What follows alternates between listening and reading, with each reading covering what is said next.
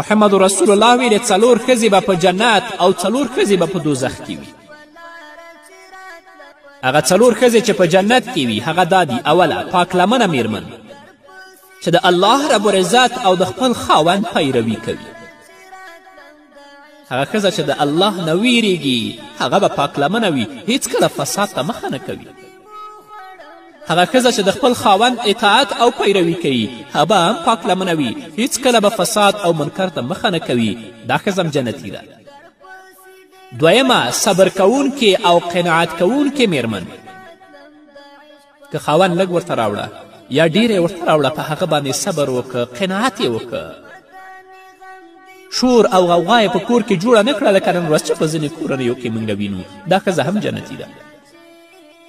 دریمه ښځه چې هغه جنتي ده چې د خپل د خاوند په نشتوالي کې د هغه پرده ساتونکې ده، او بل دا چې د خاوند په مال کې خیانت نه کوي، او د خاوند په مخه کې هغه چپتیا غوره کوي، خاموشه وي. دا ښځه هم جنتي ده.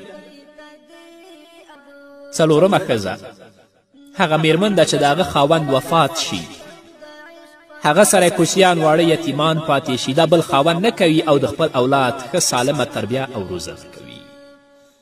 که د دې په خاوند کولو باندې د دې د اولاد تربیت د اولاد اخلاق خرابیږي نو دې ته نکاح غوره نه ده. باید چې د خپل د اولاد سالمه تربیه وکړي، او که د اولاد روزنه او تربیت بل څوک کوي بیا کولی شي چې بل چا سره دا نکاح وکړي. او هغه 4 ښځې چې محمد رسول الله ویلي چې هغه به په جهنم کې وي. اوله هغه میرمن ده چې د خپل خاوند ته بد رد وایي، د خپل خاوند ته ناولی، د خپل خاوند ته بیکاره خبرې کوي.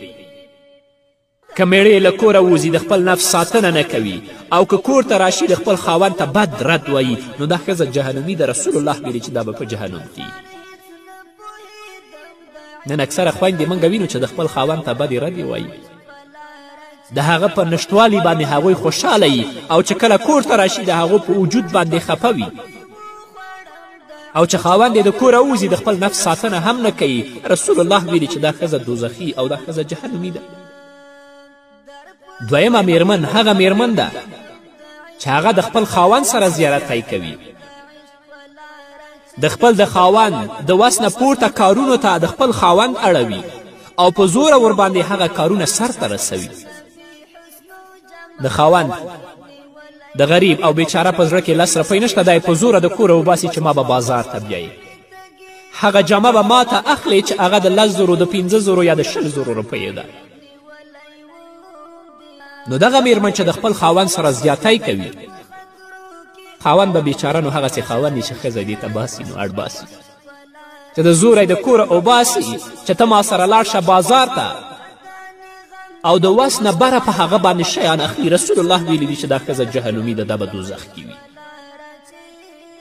دریمه هغه میرمن ده چې د کور څخه د وتلو په وخت د پردیو خلکو څخه پرده نه کوي، په ډول او سینګار له خپله کور څخه وځي. شته داسې خویندې نن ورځ موږ په خپله ټولنه کې وینو چې بغیر د عذر نه، بغیر د ضرورت نه د خپل د کورونه نه وځي، او چې کله د کور نه ووځي نو هغه اسلامي حجاب چې یو مسلمان خور لپاره د اسلام مقدس دین تایید کړی دی د هغې مراعت نه کوي، او په بدبختي او په مصیبت کې اخته وي. څلورمه هغه میرمن ده چې د خوراک او خوب څخه پرته بل کار نه وي، د مونځ سره مینه نه لري، د الله او د الله د رسول او د خپل میړه او د خاوند بېپروایي کوي. نو چې کله یوه میرمنه په دې حالت کې د کور څخه د خاوند د اجازې پرته ووځي هغه دوزخي او لعنتي ده. که الله ته توبه وباسي کیدای شي چې الله رب العزت ورته بخښنه ورکړي، او که توبه ونه باسي په دغه بدبختیو کې به دا ګرفتاره وي.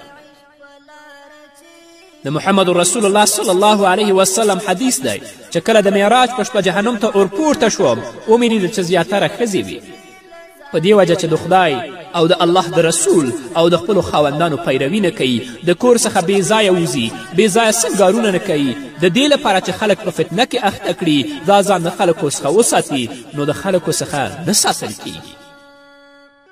یوه ورځ حضرت عایشه رضی الله عنها همدارنګه حضرت حفصه رضی الله عنها د محمد رسول الله صلی الله علیه وسلم سره په کور کې ناستې وي. چې حضرت عبدالله ابن ام مکتوم رضی الله عنه راغی چې هغه مبارک په سترګو لوند و. پیغمبر علیه الصلاة وسلام عایشې او حفصې ته وویل چې پرده ورڅخه وکړئ، ځان پټ کړئ ترېنه. هغو دراړ ویلې چې ای د الله پیغمبره خو ړوند دی، موږ خو نه ویني، موږ خو نه پیژني. رسول الله صلی الله علیه وسلم ورته ویل که هغه سړی ړوند دی تاسو خو ړندې نه یاستئ، تاسو خو وینئ. لکه څرنګه چې سړي ته په کار ده چې خپلې سترګې د ښځو څخه وساتي، همدارنګه ښځو ته په کار ده چې هغه خپلې سترګې د سړیو څخه وساتي، نامحرمه سړي په خپله سترګو باندې ونه ویني. د ښځې لپاره دا ښه ده چې سړیو ته ونه ګوري او سړي باید هم ښځې ونه ګوري. او که چیرې وتلو لپاره ډیر زیات ضرورت پیدا شو، لکه د مور او پلار لیدل یا د خپلوانو لیدل، چې هغې ته دا اړ ده خامخا چې د هغو لیدلو ته ورشي، نو د کور نه د وتلو اجازه دې د خپل خاوند نه واخلي.